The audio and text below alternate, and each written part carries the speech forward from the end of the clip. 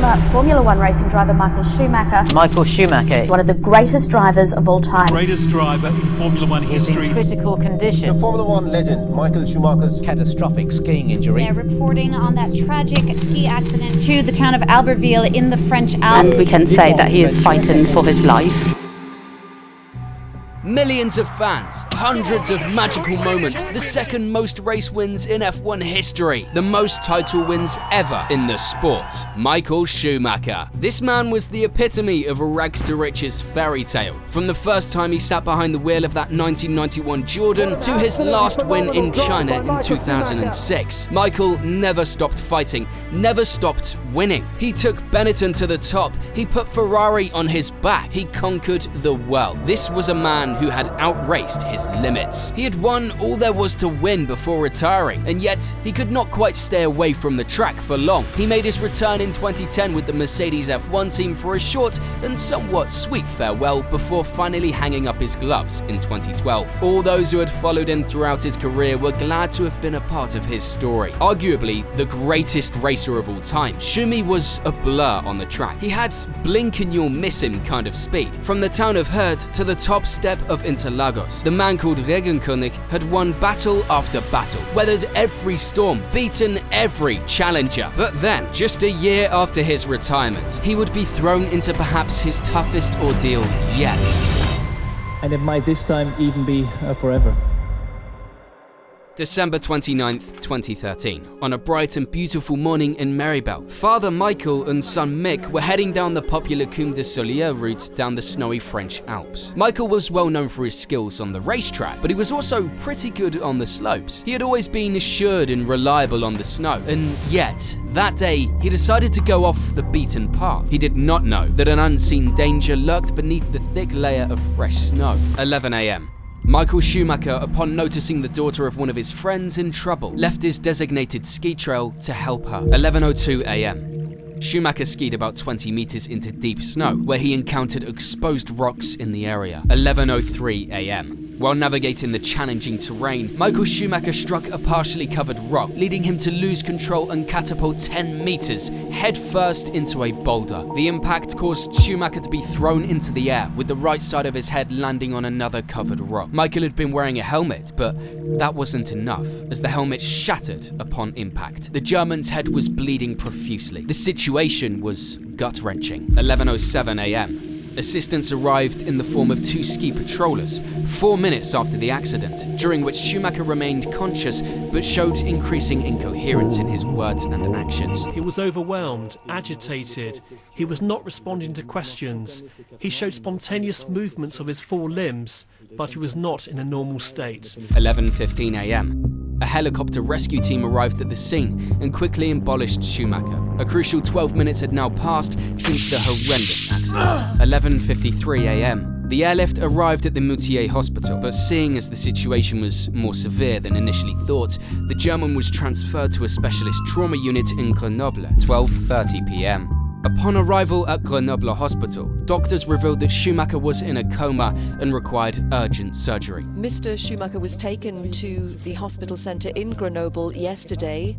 When he arrived, he had a head trauma, a serious head trauma, with a coma. The situation was deemed extremely serious, leading medical professionals to maintain an artificial coma. It's an induced coma. He has been placed in that coma since his accident in order to try and protect his brain and to aid the recovery. However, providing an accurate prognosis at that early stage was challenging. During a press conference in Grenoble, Jean-François Payen, the head of anesthetics at the clinic, said that the injuries sustained by Schumacher included internal bleeding and significant bruising on the brain. The medical team focused on halting swelling, supplying oxygen to the brain, and maintaining the body temperature at the recommended level of 34 to 35 degrees Celsius. Payen had noted that the impact had occurred on the right side of Schumacher's head, and that had Michael not been wearing a helmet, the outcome of the crash would likely have been fatal for the former world champion. His helmet did partially protect him, of course.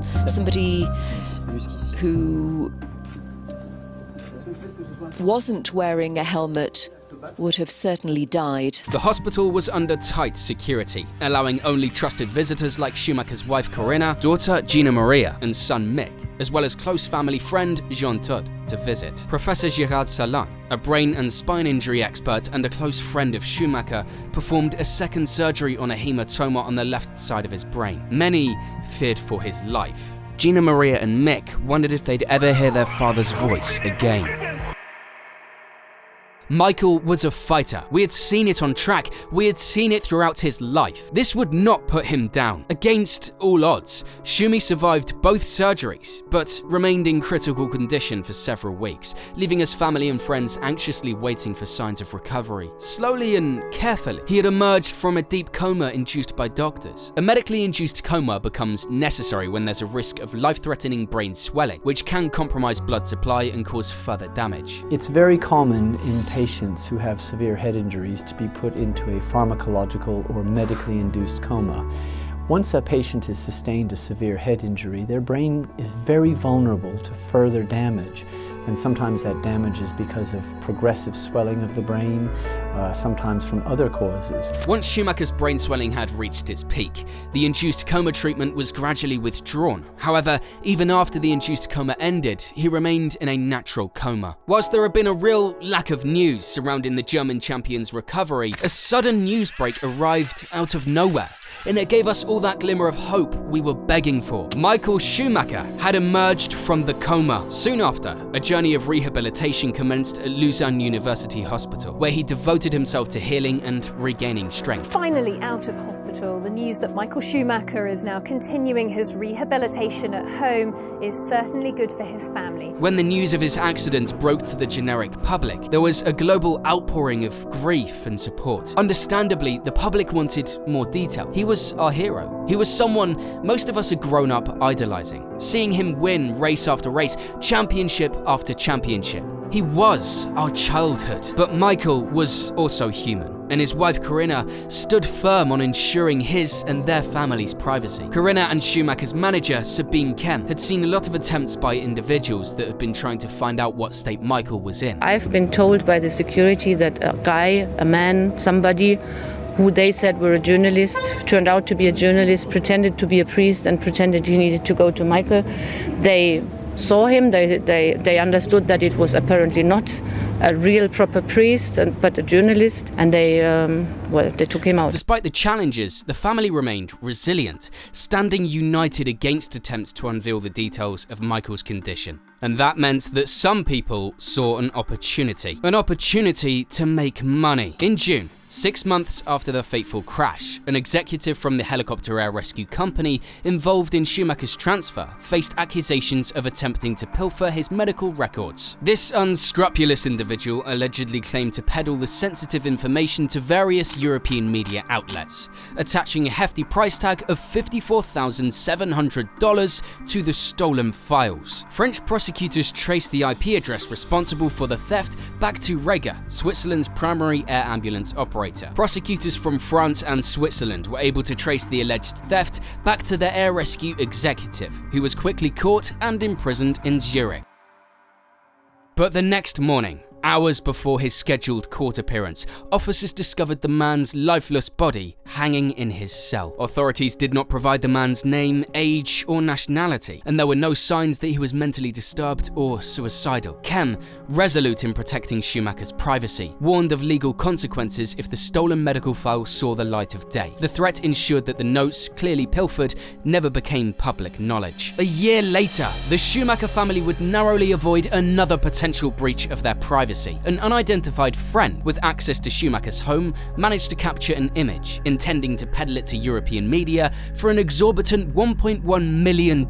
Swift intervention by German prosecutors, however, halted the sale, deeming it a violation of Schumacher's realm and a severe infringement of privacy. Thus, no images of Schumacher after the accident have surfaced. To this day, we do not know what state Michael is in, but that never stopped people from peddling misinformation. Immediately, Questions were raised about how Die Aktuelle was able to get the long reclusive Schumacher to talk on the record, considering the severity of his injuries. How was a man incapable of speech suddenly giving interviews? And to Die Aktuelle of all outlets, the story, which lacked a byline, reported Schumacher as saying that his life had completely changed since the accident. However, the interview, published in April, concluded with a confession that the quotes were actually fabricated and that the magazine had not talked with Schumacher or any of his family members. Die Aktuelle faced rapid and severe consequences. The then editor, Anne Hoffmann, was immediately fired. One German media expert described the hoax as too stupid to be true, and yet it was. The bogus interview sparked such outrage that the Schumacher family planned to sue the publishers, but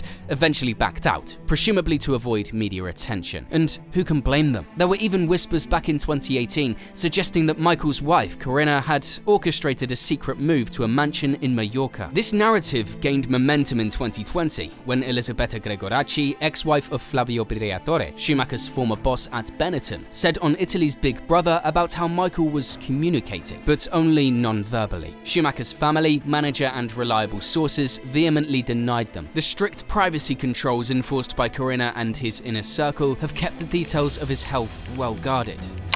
Friends and former colleagues seeking to visit have been turned away. Rubens Barrichello, Schumacher's former Ferrari teammate, had his request denied, with advice that it wouldn't benefit either party. Even Willy Webber, Schumacher's former manager, claimed to have tried dozens of times to visit, but was consistently denied. He accused Corinna of preventing contact and accused the family of withholding the whole truth. Jean Todt, a boss, friend, and family confidant, remains one of the people closest to Schumacher, and it is from him that we know the very little we do. The biggest reveal that Todt ever made came in 2019, as he hinted at the limited capacity for communication that Michael had. Of course, our friendship cannot be the same as it once was, just because there's no longer the same communication as before. I see Michael very often, once or twice a month. His life is different now, and I have the privilege of sharing moments with him. That's all there is to say. He is no longer the Michael we knew in Formula One. Since the initial surgeries following the accident, there has been minimal information about the procedures Schumacher may have undergone to improve his condition. In 2019, reports surfaced about stem cell treatment at the Georges Pompidou European Hospital in Paris, conducted by cardiothoracic surgeon Philippe Ménage, but it was confirmed that Schumacher was conscious after the procedure. The 2021 Netflix documentary, Schumacher,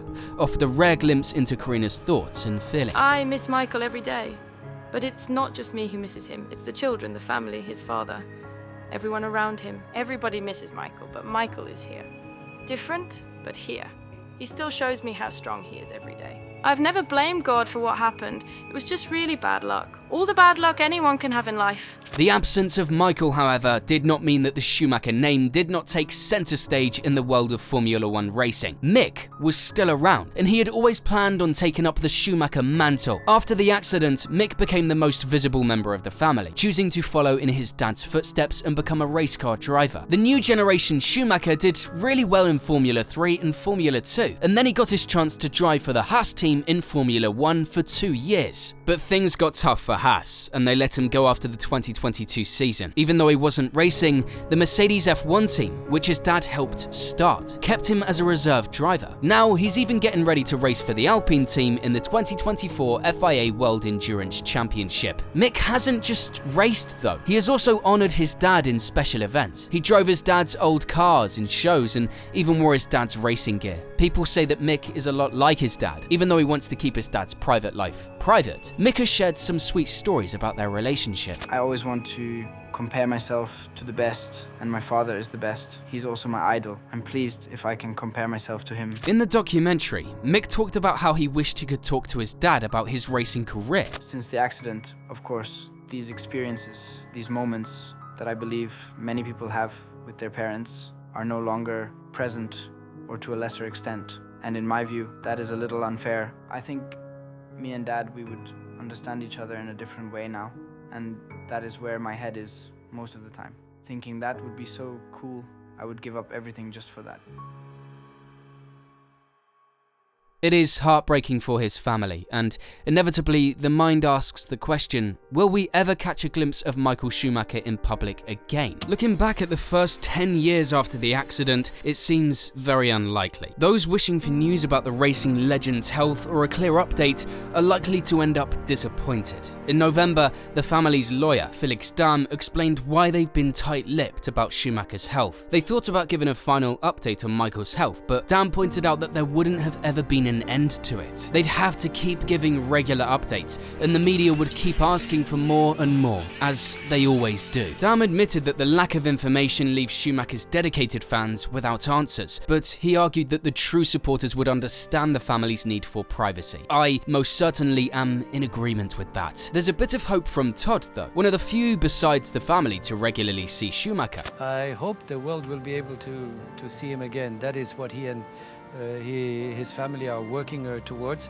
There is hope yet, and we would be wrong to lose it. Michael's career was full of moments that showed the depth of his humanity. He puts hard work, community, excellence, friends, and family over everything else in his life. When he won, he wanted everyone else around him to win too. That is just who Michael Schumacher was. And what better example of the magnificence and humility of the man than the 2002 Indianapolis Grand Prix?